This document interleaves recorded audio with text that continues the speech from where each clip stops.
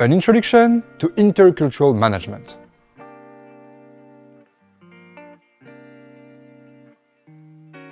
In the next minutes, we will explore the fundamental concepts of intercultural management and provide examples from different countries to illustrate its significance.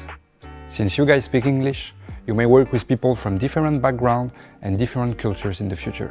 So let's begin. Intercultural management is the practice of effectively leading and working with people from diverse cultural backgrounds. It's essential in today's globalized world where organizations often have multicultural teams and work with international partners. To understand intercultural management, we need to grasp cultural dimensions. Hofstede cultural dimension theory identifies key dimensions that shape cultural values and behavior. These dimensions include power distance. This reflects how much cultures value hierarchy and authority. High power distance cultures accept significant inequalities, while low power distance cultures prefer flatter organizational structures. Then there is individualism versus collectivism. Individualist cultures emphasize personal achievement and independence, whereas collectivist cultures prioritize group harmony and interdependence. The third one is masculinity versus femininity. Masculine cultures focus on assertiveness, competitiveness, and success, while feminine cultures value cooperation, care, and quality of life. Then, we have uncertainty avoidance. This dimension indicates how cultures handle ambiguity and uncertainty. High uncertainty avoidance cultures prefer clear rules and structured environments, while low uncertainty avoidance cultures are more open to change and ambiguity. Last but not least, long-term orientation. Some cultures focus on long-term goals and perseverance, while others emphasize short-term goals and immediate results. Let's consider an example to illustrate these cultural dimensions. China and the US provide contrasting cultural characteristics. In China, you will find a high power distance culture, which means that hierarchical structures and respect for authority are highly valued. This is reflected in the way employees follow strict protocols. In the US, individualism is a prominent cultural trait. Independence and equality are prioritized, and organizational structures are often flatter with more autonomy for employees.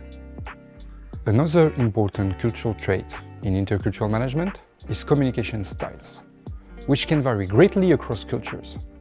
Some cultures are more direct, while others use indirect context-based communication. For instance, let's compare France and Japan to highlight differences in communication styles. In France, communication is often direct and explicit. French professionals tend to express their opinions and expectations clearly. This directness is seen as a sign of professionalism. In Japan, communication is typically more indirect.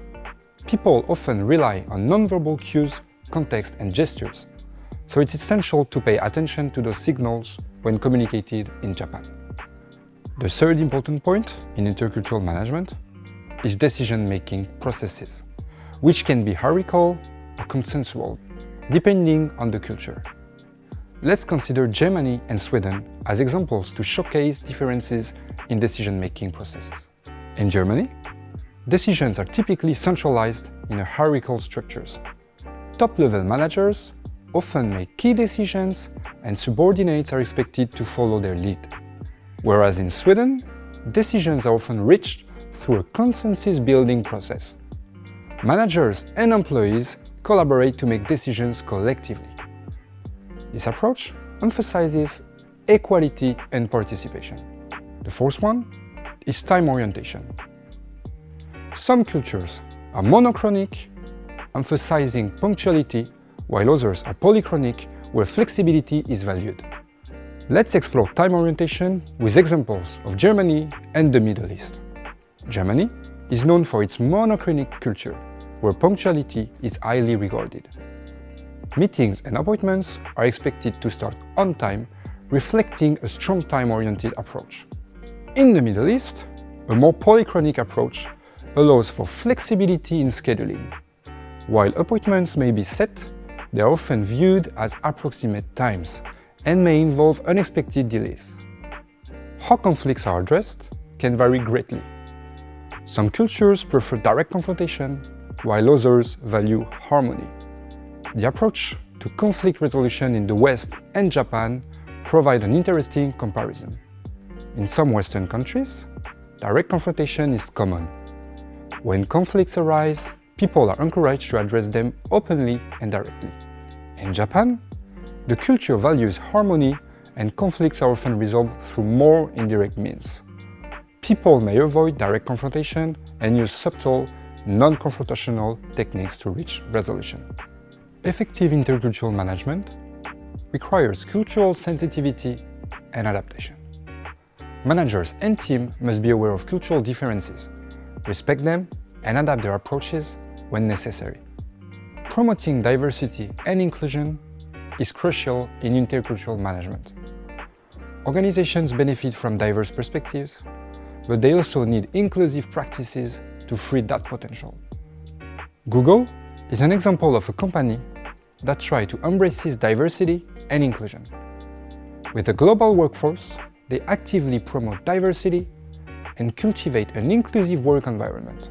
They have employee resource groups, mentorship programs, and diverse hiring practices to foster inclusion.